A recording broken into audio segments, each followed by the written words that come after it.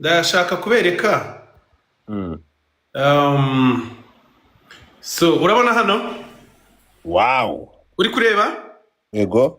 dore ibintu bumbazi ibyo ari byo nabwabanyije volume kugira ngo mutabyumva no kugira ngo mbereke ko project ya Diamond yarangiye. Wow. Ubwo rero ibintu Ongera utwerekeho gato. Ongera utwerekeho gato. Ndagusabye nta majwi arimo, ongera utwerekeho gato. Tuba barire. dore hano Ehe.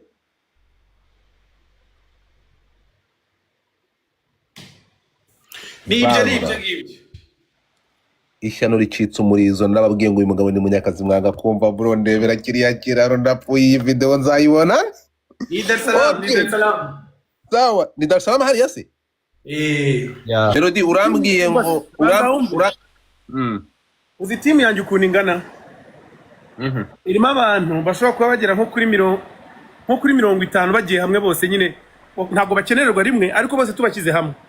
Ibaze guhera ku murongo mpamagara abantu 50 mu gitondo babaza ngo warihe ntabwo bishoboka.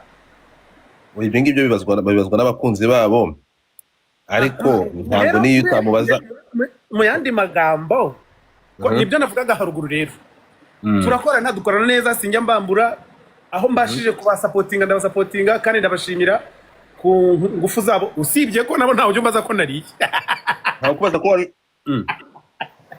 ariko muri management mu byo bashinzwe nabyo birimo bagomba kumenya ubuzima bwa buri munsi bakwiye kubimenya n'ingiye babibabwiye kuko ubabaye ni ubanda urugi ku buryo batamenya niba wariye none watanga umusaruro gute batamenya niba wariye none se ndi robo ndabahamagara nkababwira nti ubwo sinariye nyine wenda mbaye ngize icyo kibazo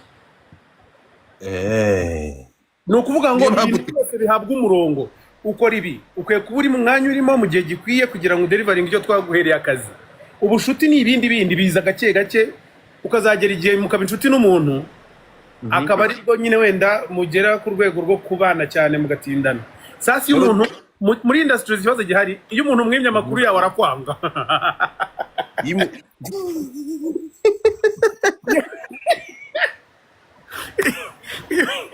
iyo umuntu atamenya ibintu urimo ubu nyine hari ukuntu niba ari mu Rwanda gusa simbizi hari ukuntu abantu bababazwa no kuba batamenya ibintu biri kuba mu buzima bwawe. ni ukuvuga ngo mwese mukubamo nka Meddy oya njye ntabwo nabaho nka Meddy icyambere arakijijwe njye sinakishushanya watubesha indirimbo na Meddy iyo ndirimbo izasohoka mu kihe kinyejana urumva uzategereza igihe Meddy azahabonekera kuko nanjye niwe ntegereje ariko indirimbo yararikodinzwe yego njye narangiye gukora ibyanjye nawe nanjye niwe ntegereje. aha twari tukiri kuri iyi ndirimbo ya Munyakazi. Iyi ndirimbo ya Munyakazi abantu bakomeje kuyumva bati uyu musore hari ukuntu ari kubaga nta kinya ariko akareba mugenzi we cyangwa akatunga urutoki ahantu hamwe ntashaka kujya akagenda yagakubitayo inkonjo akamukubita agakoni kunda. Ibi bintu iyi ndirimbo ntabwo yaba ari agasomborotso mushaka kuzura kabuze oya sinjya nzura ubu se ko manager yaguye nigeze mbivuga manager kandi ntiyaguye se manager uvuga n'uwuhe sorry nari ntaniye uravuga manager w'ibihe byo ko Munyakazi uretse reka mve hano utarantanisha reka no before you kugenda aya masaha ukiri aha ngaha ndashaka kubaza akantu ushaka kubaza ntabwo nigeze nkunda biriya bintu bya uriya muntu afite urugwiro kabisa afite urugwiro ejo bundi Melody ejo bundi uri kumwe na mugiye muri nani press conference vraiment mwari mwiteguye no navuze ngo mwari mwambaye imyambarire yanyu ikomeje gukemangwa y'ibyamamare imyambarire yanyu ikomeje kuba idashimishije ntabwo iri nk'umupaka wa Gatuna binengwa n'abakunzi banyu kuko nitwe muhereza ibikorwa byanyu tuba tugomba no kuvuga tubashaka kumenza cyangwa n'undi binenga ndakubwira ibyo tuba twabwiwe n'abantu ngiyewe kubera ko ntiyambika abanyambika nibazana virizoline na popirine n'ibyo nzambara urumva uyu ariko urumva Melody ko mundeba mu nkunde nambara neza niko bimeze ntabwo wambara neza iki ngiri nkubwira ibya na comprene zaje reka kubikwepa kuko niba bakubwira ngo mu by'ukuri ntabwo nuko ngo niba waruhuye wagiye mu guhura na Debeni yego musanze mureba nabi ntabwo abantu barenga amamiliyoni bashobora kureba nabi nk'ubu niko tumenye ko wambikwa indera abasazi bose bariyo ntibagiye babyemera kandi ni benshi Eh? kuba abantu ari benshi ntibibagira ko bavuze ukuri. Njyewe nambara neza, mubirebe, mubikunde, munyemere, mujye mundeba, munkunde, nambara neza. The Ben nk'umuntu umaze igihe kirekire muri Amerika yaragufasha kurusha style y'umuperezida bita Trump, aragufata aragushikanuza koko arakunyeganyeza ngo yumve niba bya bindi byo kumukubita ko nikunde ejo bizakunda, arakunyeganyeza hariya mu kugushikanura wumvisha umeze ute muri wowe mu mubiri wawe? Natekereje ko ari ibintu byabaye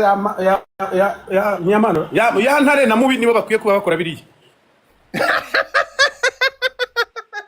Urashaka The Ben yagushuje kibouncer.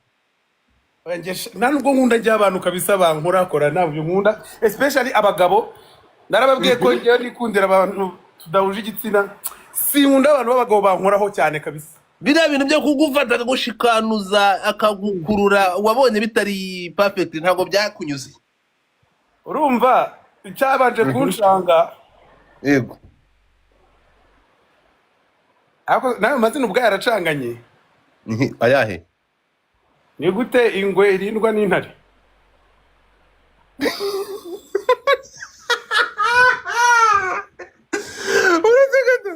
Ni gute? Bayi mwana, bayi ndagiye. No, ndafite ibibazo biri imbere ndende, ndafite ibibazo biri wokabyara. Umva, ngo ni gute ingwe irindwa n'intare? Okay, reka turenga aho ngaho tugende. Ejo bundi ngiye kubaza ikibazo kiri ntuza, sinzi niba kiri butari buze kukubangamira. Twabonye umwe mu bagabo bakunda umuziki ariko abanyapolitike afata album yawe avuga ko mu by'ukuri nizo ndirimbo zituma aryama agasinzira no kurusha umuri ruhande. Uyo ni nyakubahwa Minisitiri w'Ububanyi n'Amahanga Bwana Nduhungirehe. Ndamwemera byarangiye. Uravuze? Tararangiza ikibazo.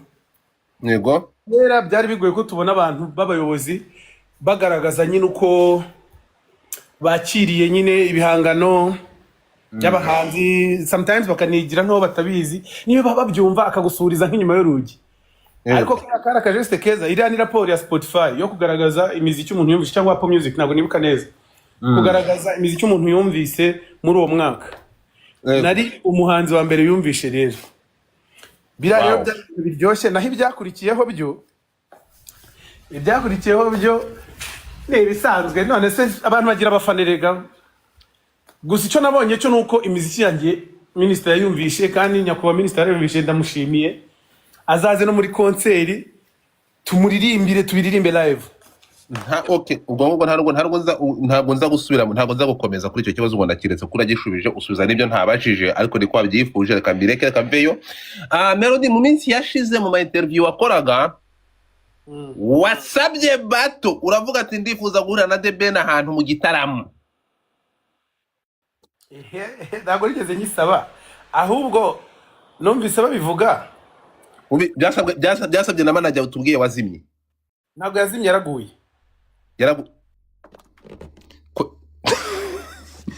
Byavuzwe na manager waguye, kuguvuga nukwe nukwitura hasi. Yarambonye takubita ifukamiza imbere, ndavuga ni ulala. Kugwa by accident cyangwa yaguye. Maze ikibazo wimbaza iby'urubyiruko, ntabwo bundi ntabwo nsobanukiye ibintu byo kugwa cyane. Okay, yaguye nkuko Rakinze Imana yaguye imbere ya The Ben akimubona agarutse mu Rwanda akikubona, cyangwa yaguye by accident? Yaguye nk'ishuka. Yaguye nkara tapfuye. Jesus. Muyoboke, that goes to you. So, ejo bundi ndabona yarababaye kabisa.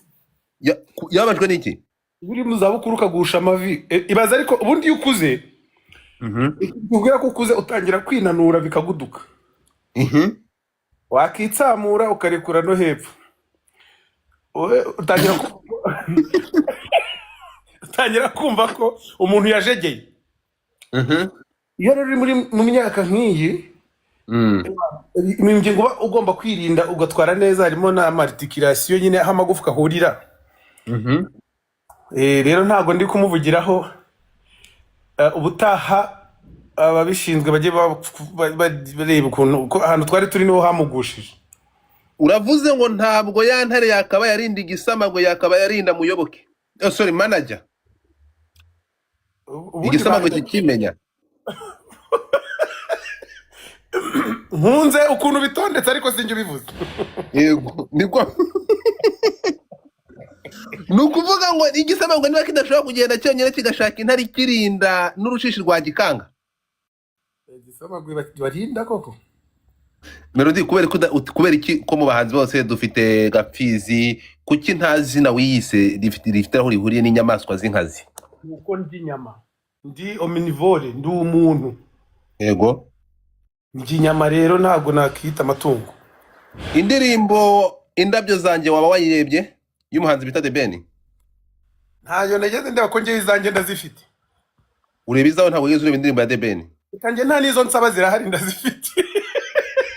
Ibivugwa ko ndatekereza ufite